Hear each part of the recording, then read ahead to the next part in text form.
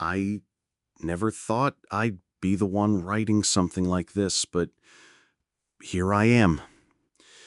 I have been with my wife for almost 10 years, married for 6, and until recently, I thought we were rock solid. We built a life together, got a little house, and even started talking seriously about kids. To everyone on the outside, we probably looked like the perfect couple. But something happened a few weeks ago that shook me to my core. It started small. She became distracted. We'd be having dinner and I'd notice her phone lighting up, her eyes flicking to it, and then she'd turn it face down like she didn't want me to see. At first, I brushed it off. Work stress, I told myself. She's always been busy, always juggling too many things at once. But then she started staying late at work more often. The excuses were always the same. Deadlines, meetings, a big project. I wanted to believe her. Hell, I did believe her. This was my wife. Why would she lie to me? Still, that gut feeling started gnawing at me. Something wasn't adding up. One night, I finally asked. It was around 11 p.m. She had just come home, claiming she was buried at the office. I tried to keep my voice steady, but I could hear the edge in it.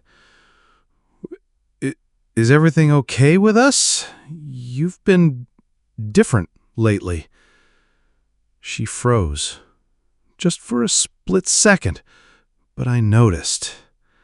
Then she smiled, kissed my cheek, and said I was overthinking. Work is just insane right now. You know how it is. But I didn't know. And that smile, it felt rehearsed, like a mask. Instead of reassuring me, her answer left me with more questions. And the more I thought about it, the less convinced I became. A week later, the confirmation I dreaded came without me even searching. She was in the shower, and her phone buzzed on the nightstand. Normally, I don't touch her phone, but something inside me made me look. The preview of a message was enough. Last night was amazing. I can't stop thinking about you. My stomach dropped. My ears rang. I didn't even open the full text. Just seeing those words shattered me. When she came out, smiling like nothing had happened, I couldn't even look at her the same way. The mask had slipped, and now I couldn't unsee it. I didn't confront her right away. Instead, I fell into this strange, almost surreal mode of pretending. Every morning, I still kissed her cheek. Every night, I still asked about her day. But underneath, I was screaming. I wanted to shout, "Who is he?" or "How could you?" But I couldn't get the words out. I started noticing everything. The way she suddenly dressed up a little more, the late-night work calls, how she kept her phone glued to her hand like it was oxygen. And the worst part? She probably thought she was clever, hiding it from me. But I knew. And every time she smiled at me like nothing was wrong, I felt my heart crack a little more. It all came crashing down one night. She came home late, again, the faint smell of cologne clinging to her clothes. Not mine, not her perfume mixed with mine, but someone else's. I couldn't take it anymore. I blurted out, "Who is he?" Her face froze. She didn't deny it, didn't even try to gaslight me. Instead, she just sat down, silent, like she had been waiting for this moment.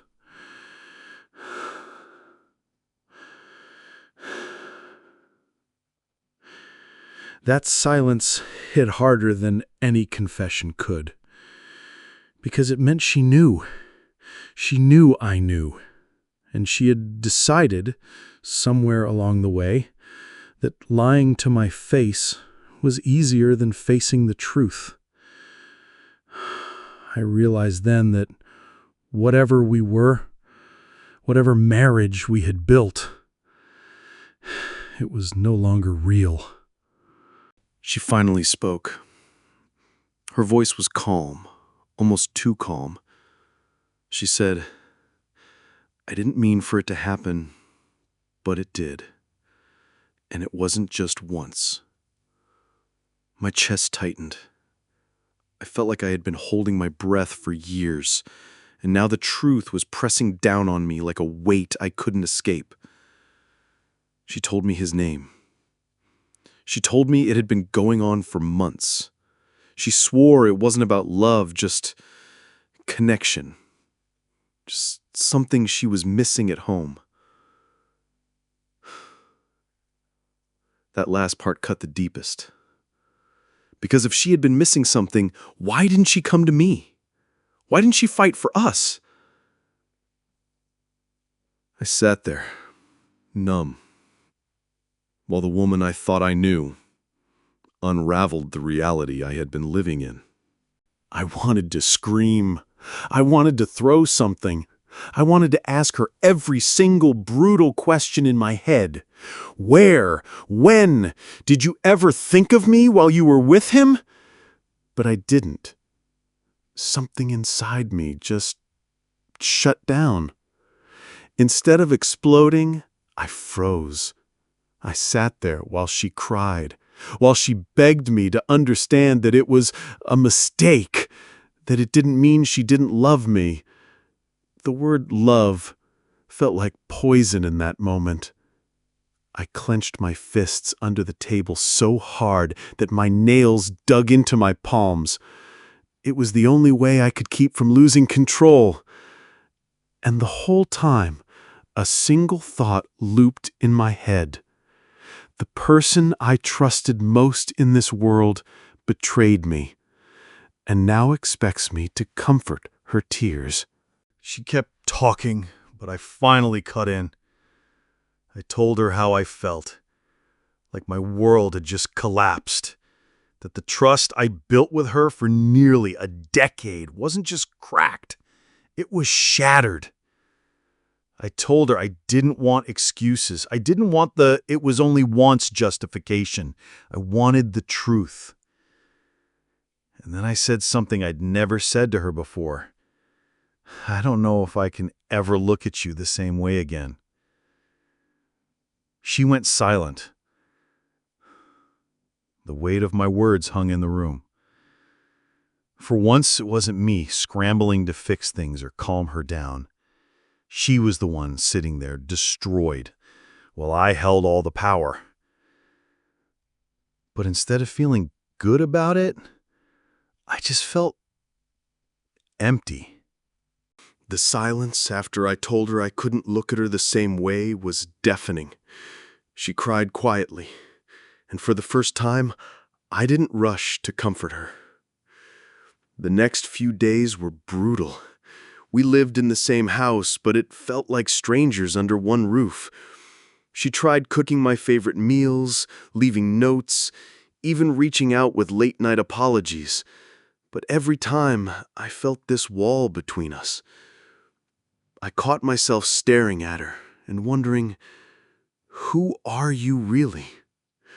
How much of what we had was real, and how much was a mask? Friends started noticing something was off. I lied, saying work stress was killing me. My mom asked if everything was okay between us, and I brushed it off. Inside, though, I was drowning in the question, do I end this now, or try to salvage something broken? I've always been the type to keep relationship struggles private, but this time the weight was too heavy. I reached out to my closest friend, someone I've known since high school, who also knows my wife. We met up for drinks, and after a few minutes of small talk, I just spilled it. She cheated years ago, and she only admitted it now. His face said everything. Shock, anger, sadness. He asked if I was sure, if maybe she had twisted the story, if I'd misunderstood. But no, I explained. She was clear. She confessed. For the first time since finding out, I felt relief. Saying it out loud made it real, but also less suffocating. My friend didn't tell me what to do, but he did say something that stuck. You've been grieving the relationship in silence. No wonder you feel empty. You're not crazy, man. You're hurt. Deeply. I drove home that night with the realization that I couldn't handle this on my own anymore. I needed perspective, maybe even professional help, because the anger and sadness were eating me alive. Until now, divorce was never in my vocabulary. I had always told myself, we're different. We'd fight, but we'd never break. But after her confession, for the first time in my life, I seriously thought about walking away. I imagined packing a bag, staying at a friend's place, maybe even renting a small apartment just for me. The thought of waking up without her beside me made my chest ache. But strangely, there was also a flicker of relief. I pictured freedom from the lies, freedom from second-guessing her every word, freedom from the resentment that had been quietly poisoning me since that night. And yet, we had a history. We had built something. Throwing it away didn't feel like freedom either. It felt like burning down the only home I'd ever known. I couldn't decide if I was holding on out of love or just fear of being alone. I forced myself to ask why. Not to excuse it, but to understand. She told me she was lonely back then, that I worked too much, was too distracted, too wrapped up in building a life, to notice that the life itself was leaving her feeling empty. She said she never stopped loving me, but she felt unseen, like a shadow in her own marriage. I hated hearing it, because buried inside her words was a sliver of truth I couldn't ignore. I was absent. I thought providing was enough. I thought loyalty meant never straying physically, but I never asked what loyalty looked like emotionally. And so she filled that gap with someone else. The betrayal burned, but a part of me also felt guilt, like maybe her cheating was her way of surviving my neglect. And that scared me, because it meant neither of us was blameless. The more we talked, the more I felt myself unraveling. I wanted to scream, to pack a bag, to slam the door and let her live with the silence she had given me all those years ago. But I didn't. I sat there, shaking, staring at the woman I thought I knew better than anyone. She reached for me, but I pulled back. I couldn't bear her touch. It felt tainted, even if it happened decades ago. Every kiss, every moment we'd shared after, suddenly carried this phantom weight of what I didn't know. I realized then that I couldn't just go back to normal. There was no normal anymore. My marriage, my life, it had been split into before and after. The question now wasn't whether I still loved her. I did. That hadn't changed. The question was, could I ever love her the same way again? I wish I had some neat bow to tie this story with, but the truth is, I'm standing at a crossroads. On one side, forgiveness. Letting go of something that happened 25 years ago. Something she swears meant nothing. Something she says she's spent decades trying to atone for by being the best partner she could be. On the other, resentment. A deep, gnawing wound that makes me wonder if I can ever truly look at her the same way again. Trust doesn't rebuild overnight, and mine feels like it's been buried under rubble. I don't know if therapy can fix this. I don't know if time can fix this. All I know is, for the first time in my marriage, I feel like the one who doesn't belong. She told me she wants to spend the rest of her life making it up to me, but I can't shake the question running circles in my head. What do you do when the person you love most becomes the person who hurt you the most?